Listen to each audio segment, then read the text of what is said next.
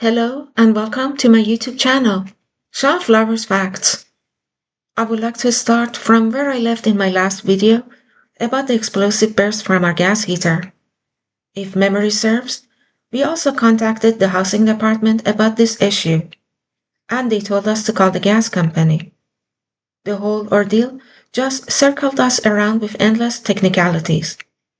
This wasn't the first time the housing department had fallen through for us, and it further emboldened Jay, whom we could now only expect to become more dismissive and abusive.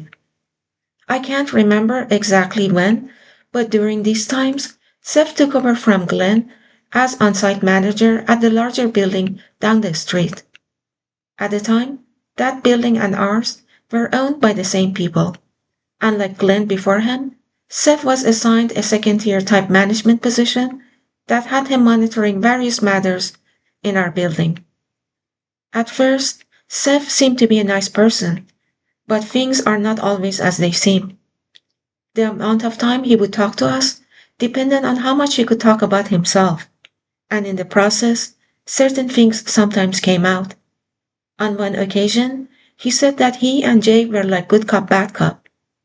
We refrained from asking exactly what that meant, but it comes down to one of two things.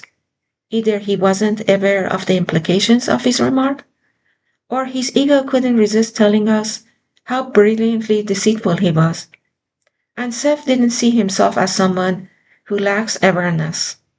Several times, he handed out strips of paper with short paragraphs typed on them, and in those paragraphs, he repeated 4 or 5 times that he would be away in England for his PhD.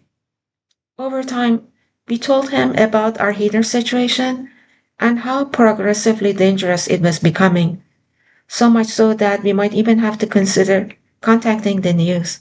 Later, Seth arranged for a technician to look at our heater.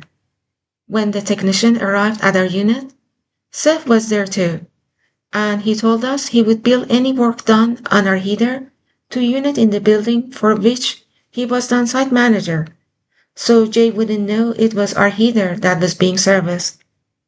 This too sort of boils down to two categories. One, Seth openly acknowledged Jay's prejudice towards us, and he was trying to overcome it the best way he thought he could at the time. Or bad cop, good cop was at play. And this was Jay's way of remaining detached from the issue while letting us think a cheap fix was a big favor. And with Seth's later revealed betrayals with us, we are going with serving the wishes of the master.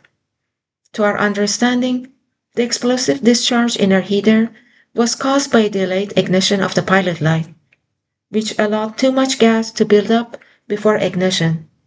I heard the technician tell Seth that he had written up the heater as unsafe.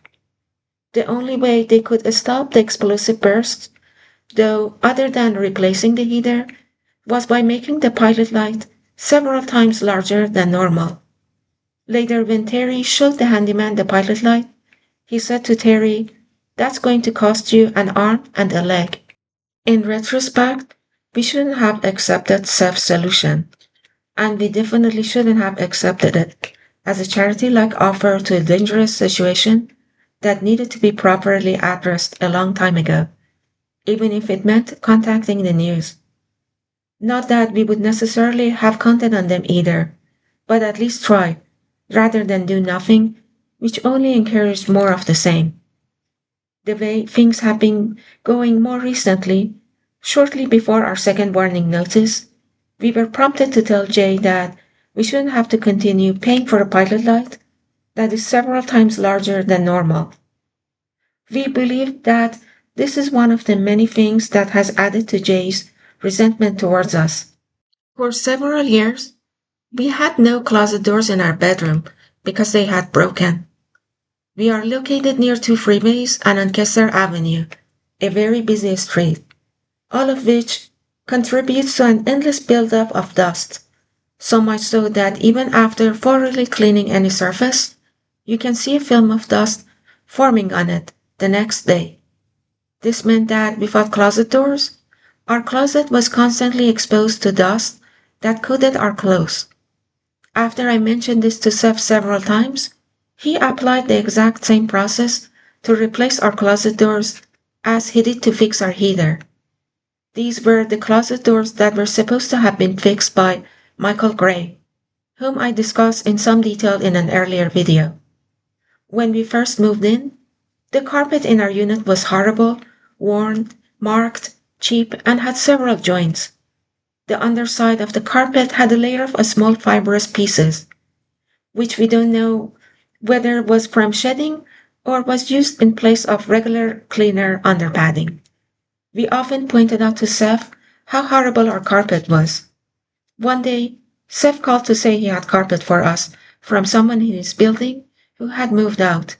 In other words, the carpet that was going to be thrown out.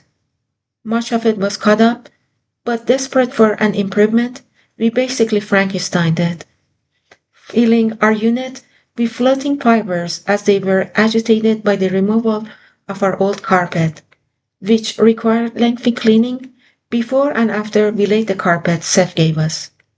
Not too long after that, we were informed there would be a city inspection. During Jay's pre-inspection for the city inspection, it was determined that the carpet pieces needed to be sewn together. Jay arranged for someone to see if this could be done, and they apparently thought it couldn't. And we think Jay got a second opinion before accepting that the carpet would have to be replaced. Jay then asked if we were ready to put $2,500 toward installing hardwood floors. When we said we didn't, he said he would put in new carpet, but that we couldn't wait until the 11th hour because the city inspection was near. Terry told him that moving everything in our unit would be very time consuming and difficult, especially given how little time was left. Nevertheless, we did so, and I dare say that it is extremely unlikely that he could have found, or ever will find, any other tenant who would be willing and are able to do what he requested of us. For a while, we mostly dealt with things through Seth, which created a temporary buffer between Jay and us. And with this buffer, we tried over time to go along with things as if there were no disturbing history between us and Jay, to the point that when Jay came into our unit with the city inspector, Jay shook Terry's hands and said to him, "Good to see you again," and Terry responded in kind. While Jay and the city inspector were leaving, Jay asked Terry, "How do you like your new carpet?" Terry replied, "Very much, thank you." In retrospect, we both feel that instead of letting Jay use Terry like that to make himself look good in front of the inspector, Terry should have said something more like, "Nice change to what we had after so many years." We are not sure whether it was during that city inspection or another. Our shower doors were falling off, paint was peeling, and the walls were crumbling in our bathroom, when Seth inadvertently let Terry catch a text from Jay's former secretary that said Terry was destroying his bathroom. When Terry asked why she said that, Seth dismissed it as a misunderstanding. However, there was no misunderstanding when Seth told Terry he had to sign a piece of paper that, among other things, held us responsible for how long the reglazing of the bathtub lasted, and for the knife marks on the kitchen counter. Our kitchen counter was marked up from day one, and like every other unit in this building, this would be replaced when, and only when, someone moved out and new tenants who paid a higher rent moved in. As for reglazing the bathtub, it had to be done a few times since we were here. Each time, they sent someone who took their equipment from the trunk of a car. In one case, they bagged equipment around, cracking our bathroom sink. As many may know, this process creates a horrible smell that lingers all day and even into the night, so it's not something we welcome. Although they recommended we not use the shower for one day, we waited an entire week before using the shower or bathtub. We did this to give the reglazing process more time to settle, in hopes it would last longer. And although we took all the measures one could to make it last, the glazing started to peel in a short time, which of course Jay blamed us for. Either way, Seth told Terry that if he did not sign the agreement to be responsible for the various things mentioned in it, we would not get our shower doors replaced. When we first moved in, our blinds were in bad condition. When a service person looked at them, he said the blinds in all rooms needed replacing. When there was no follow up, Terry asked why, and the previous manager before Jay said that the service person said there was nothing wrong with them. This matter also relates to another issue I explained in a previous video.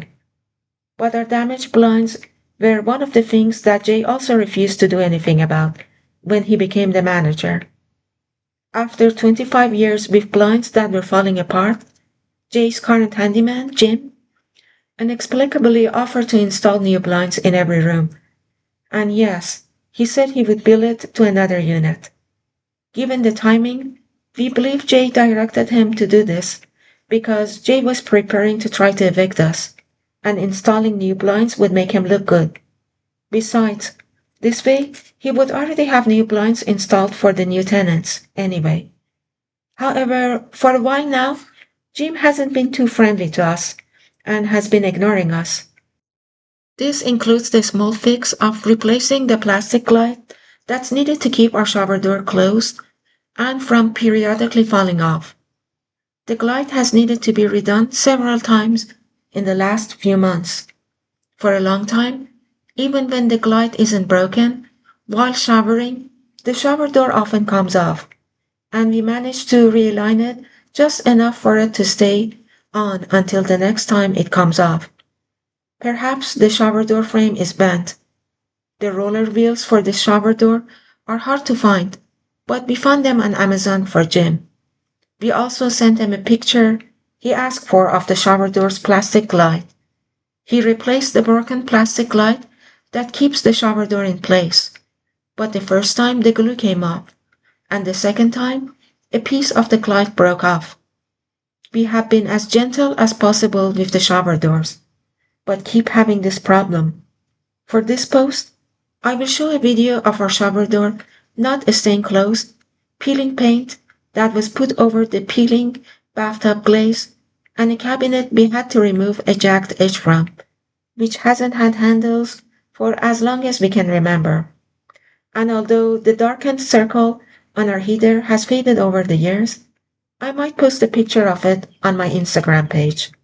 Thanks for watching and hope you return.